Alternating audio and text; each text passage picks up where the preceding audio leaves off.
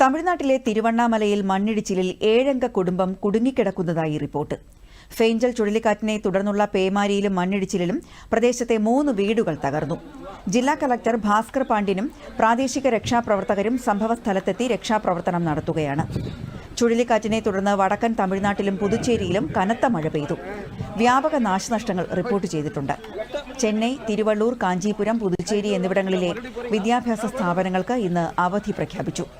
പുതുച്ചേരിയിൽ കൃഷ്ണനഗർ, കുബേർ നഗർ, ജീവനഗർ എന്നിവിടങ്ങളിലെ വെള്ളപ്പൊക്കത്തിൽ നിന്ന് 600 പേരെ രക്ഷപ്പെടുത്തി.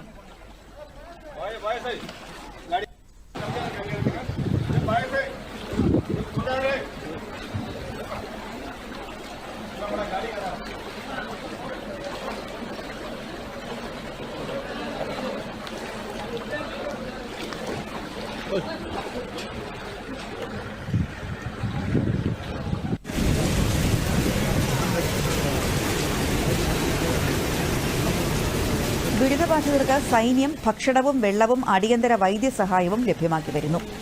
കനത്ത മഴ തുടരുന്ന സാഹചര്യത്തിൽ മുഖ്യമന്ത്രി എം.കെ. സ്റ്റാലിൻ ചെന്നൈയിൽ ദുരിതാശ്വാസ പ്രവർത്തനങ്ങൾ വിലയിരുത്തി.